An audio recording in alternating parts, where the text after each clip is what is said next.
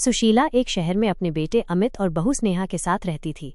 अमित नौकरी करता था, घर में पैसों की कोई कमी नहीं थी, लेकिन सुशीला बहुत कंजूस थी। अमित अपनी सारी तनख्वाह सुशीला को देता था। एक दिन स्नेहा सुशीला से बात करती है। स्नेहा, मान जी, नवरात्रि का व्रत है, आप कुछ फल मंगा दीजिए।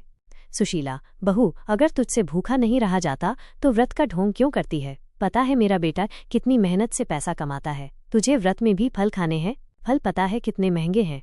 स्नेहा, लेकिन मां जी, फलाहार तो सभी करते हैं व्रत में।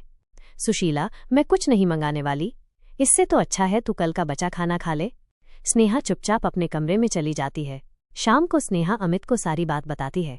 अमित, मौ, तुम भी कमाल करती हो, थोड़े से फल मंगा लेती तो क्या हो जाता। आखिर हमारे पास पैसों की कमी नहीं है, फिर भी तुम हमेशा कंजूसी में लगी रहती हो। सुशीला, मैं ही घर छोड़कर चली जाती हूँ, फिर तुम दोनों पैसे लुटाते रहना। यह कहकर सुशीला घर छोड़कर चल देती है। स्नेहा, मान जी, रुक जाइए, आप जैसे चाहें वैसे खर्च कीजिए। अमित, मौ, तुम तो बेकार गुस्सा हो रही हो, मैंने तुम्हें घर से जाने के लिए तो नहीं कहा था। सुशीला, ठीक है, लेकिन इस घर में सब कुछ मेरे हिसाब से चलेगा। 2 दिन बाद स्नेहा सुशीला के पास आती है। स्नेहा, मान जी, कल नवमी है, हमें कन्या पूजन करना है, आप मुझे कुछ पैसे दे दीजिए, मैं बाजार से प्रसाद बनाने का सामान ले आती हूँ। सुशीला, बहू, कन्याओं को खाना खिलाने से क्या होगा? एक काम कर, तू कन्याओं को पूजन करके 2-2 रुपए दे देना, बच्चे हैं, उन्हें बहलाना कौन सा मुश्किल काम है। स्नेहा सुशीला से बहस न करके चुपचाप अपने पैसों से सारा सामान ले आती है। अगले दिन अमित की भी छुट्टी थी। स्नेहा सुबह से ही रसोई में प्रसाद तैयार कर देती है।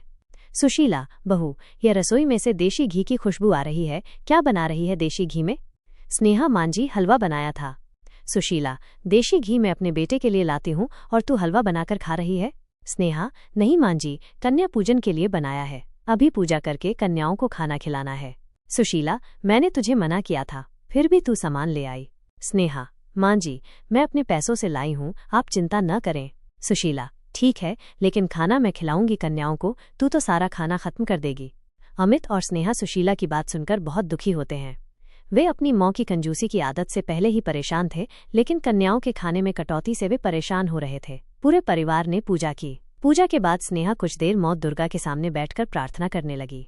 स्नेहा, हे देवी मां, हमारी भूल चूक क्षमा करना, मेरी सास का हृदय परिवर्तन कर दो, जिससे वे कंजूसी छोड़ दें। कुछ देर बाद 9 कन्याएं भोजन करने के लिए आ जाती हैं। सुशीला अपने हाथों से सबको खाना परोसती है। वो बहुत कम खाना परोसती है। अमित, मौ, ये तो बहुत कम है, कम से कम कन्याओं को खाना तो ढंग से परोसो। सुशीला, तू चुप रह, अगर किसी कन्या को जरूरत होगी तो वह मांग लेगी। अमित और स्नेहा चुपचाप खड़े रहकर कन्याओं को खाना खाते देखते हैं। सभी कन्याएं खाना खा लेती हैं। उनमें से एक कन्या अभी खाना खा रही थी। कन्या, मां जी, क्या आपके घर में खाना कम बना है? मुझे तो बहुत भूख लगी है। स्नेहा उसे पूरी और हलवा परोस देती है। सुशीला, खाना बहुत है, लेकिन बेकार करने के लिए नहीं है, जितना चाहिए उतना ही लेना, झूठ मत बोलना। वो कन्या सारा खाना खा जाती है और खाना मांगती है। स्नेहा उसे जितनी बार खाना देती वे सारा खा जाती। ये देखकर सुशीला परेशान हो जाती है। जब सारा खाना खत्म हो जाता है, कन्या, अभी तो मेरी भूख नहीं मिटी। सुशीला, अब तो खाना भी खत्म हो गया। कन्या, लेकिन आप लोगों ने कन्या पूजन किया है, भरपेट भोजन तो करना पड़ेगा, तभी तो मां अम्बे प्रसन्न होंगी। अगर आपके घर से कन्या भूखी चली गई तो मां रुष्ट हो जाएंगी। स्नेहा जल्दी से दोबारा खाना तैयार करती है। सुशीला, बहू, मैं तुझे इसीलिए मना किया था कन्याओं को खाना खिलाने के लिए, अब तो लगता है हमारे घर का सारा राशन खत्म हो जाएगा। कन्या, मां जी, कंजूसी छोड़कर पूजा किया करो, देवी मां के प्रसाद में कैसी कंजूसी। सुशीला, चुप रह, चुपचाप खाना खा और अपने घर जा। स्नेहा उसे और खाना लाकर देती है, जिसे खाकर कन्या खड़ी हो जाती है। कन्या, खाना तो हो गया, लेकिन कन्या को दक्षिणा भी तो दो, कंजूस दादी। सुशीला, हे भगवान, अब इसे पैसे भी चाहिए। तभी अमित उस कन्या को पैसे दे देता है। अमित और स्नेहा उसके पैर छूकर आशीर्वाद लेते हैं। कन्या, आप भी पैर छू लो, मैं आपको भी आशीर्वाद दे दूंगी। सुशीला बेमन से पैर छूने के लिए झुक जाती है। वो कन्या सुशीला के सिर पर हाथ रख देती है। उसके हाथ रखते ही सुशीला की आंखों से आंसू बहने लगते हैं। वो कन्या के पैरों में पड़ जाती है। सुशीला, मौ, मुझे माफ कर दो, अपनी कंजूसी के कारण मैंने आपका अपमान किया, लेकिन आपके छूते ही मेरे मन से सारे पाप मिट गए। कन्या, मैं तो एक साधारण कन्या हूँ। सुशीला, नहीं, आप साधारण नहीं हैं, आप साक्षात मां दुर्गा का रूप हैं।